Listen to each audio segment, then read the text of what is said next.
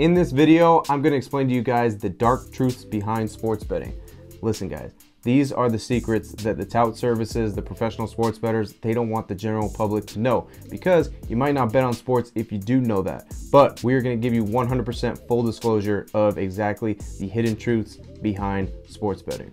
What's up guys, I'm Frank with Linemaker Sports, and this is the dark truths behind sports betting. All right, this is a bunch of stuff that I've learned over the multiple years of sports betting. These are very important terms, very important things that you need to know to be a successful sports bettor. If you guys enjoy this video, make sure you guys hit that thumbs up, give us a like, also hit the subscribe button and hit that bell for notifications. That way, every time these videos are pumped out, you guys are the first ones to know about it. Comment down below if I missed anything and didn't cover anything that maybe you guys know as well. If you want to talk a little trash, if you want to show some love, say whatever you want down in the comment section. Also, in the description is our link for Linemaker Sports. If you want our picks and plays that we play every single day, make sure you guys click that link in there and go to our website. If you guys are looking for a sports book to bet with, we have linked up with BetUS. The link is in the description. You can bet with them anywhere in the US. They have a great deposit bonus to start, so make sure you guys check them out. Without further ado guys, let's get over to the whiteboard. I am going to break down the hidden truths behind sports betting that the tout services don't want you to know. All right guys, so let's get into it. Let's get into some things that the tout services out there, they don't really want you to know, because you probably won't bet with them if you do. The first thing is 99% of you will fail. They don't tell you that. The 99% of sports bettors, they end up failing in the long term. The reasons behind that are because they have no bankroll management. So, you know, you're going out there, you're betting plays just wildly. You have no system to go with it, no money management system. You're just throwing money all over the place, betting $500 when you only got a $1,000 bankroll. You're just doing stupid stuff. No bankroll management. You're not managing things properly. Another thing is you're emotional. The emotion catches you, all right? Your emotion gets the best of you when something doesn't go your way. Something doesn't go your way, you start chasing, you start doing bad things, you start going after certain things. I mean, there's some people out there that advise people when they lose their first bet that you double up and you go and you try to bet double on the next bet. That's just something that's very bad to do, and you're gonna burn through your bankroll like nothing, guys. It's gonna be boom, like that, gone within a couple days if you do stuff like that. They don't want you to know like how to handle winning and losing. Now, I know you probably heard of losing, how to handle losing, but winning as well. You got to know how to handle winning as well. Because let's say you have a great day. Let's say you hit 5 straight bets, you're having a great day. That doesn't mean that you can go out and, you know, spend money that you just made. The reason why is because the day that goes 1-4 or you go 0-5, now you're in the hole because you took your 5-0 day that you just made a whole bunch of money on and you went and spent that profit. You spent that profit, so that means that's not even a profit anymore because you took it and spent it, so it's gone. Now you have a bad day, now you're down in the hole. So you got to know how to win and how to lose, how to control yourself when you're winning and how to control yourself when you are losing.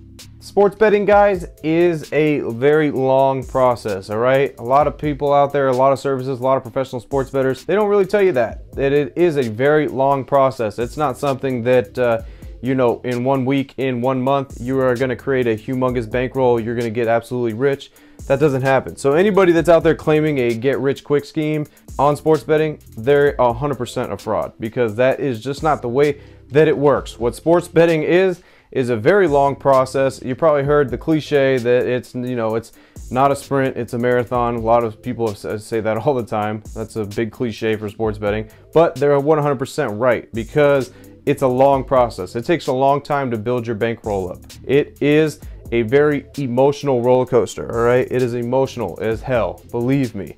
Day in and day out, your emotions can go up and down. Some days you feel like total crap. Some days you feel like you're on top of the world. That's just the way sports betting goes. That's why we do this, right? Everybody, that is why we do this. We do this for that emotional roller coaster. We want to feel like we made the right picks. We want to feel like we're on top of the world. But some people can't handle the opposite side of that. When you're losing, when you feel like you can't even make one bet right, you don't even think you know what you're doing. That is why so few people even succeed in sports betting. A lot to do with the mental aspect. So it is an emotional roller coaster, and it is a very long process. So don't think you're going to make a ton of money in a short period of time, because That is just not how sports betting works. All right, let's get into the next thing. This right here is showing you exactly, you know, when you want to research your bets and you want to do them on your own, this is exactly what a lot of people really don't tell you, that it takes a lot of work, guys, a lot of work, a lot of hours. It requires a team, and anybody out there that tells you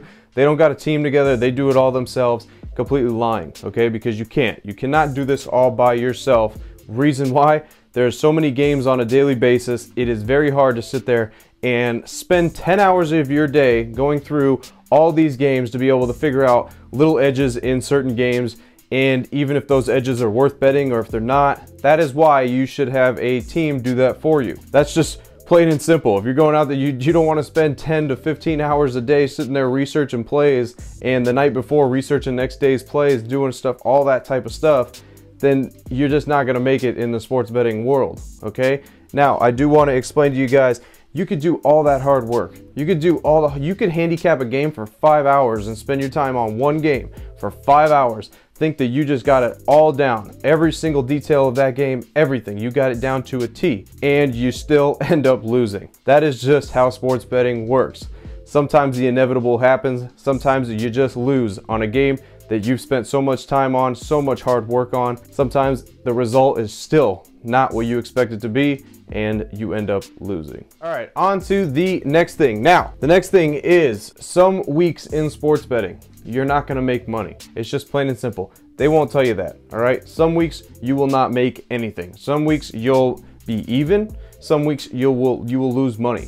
That is the way that it goes. And anybody that doesn't say that and thinks that they win every single week, every single day, every single week, throughout the whole entire year, they don't have one losing week, they lie, okay? Because it happens. Throughout a whole entire year, there are losing weeks where you make no money.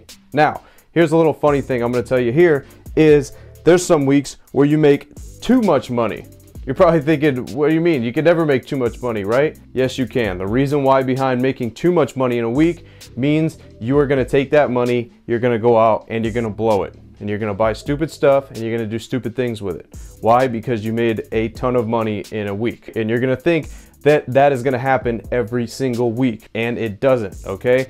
Those are the weeks that you live for. You live for the weeks that you make a lot of money because those are able to withstand the bad weeks. So when a bad week comes, but yet you had a tremendous week that covers almost 3 weeks of bets in 1 week, you could have a losing week and still be up a ton of money. As long as you didn't take that money out and go buy a bunch of stupid stuff or go out partying and do a whole bunch of stuff that you didn't need to do. The only reason you did it was because you made a lot of money that week. When it comes to sports betting, remember, there are weeks you make no money and there's weeks where you make too much money. But those weeks that you make too much money, make sure you hold on to that cash.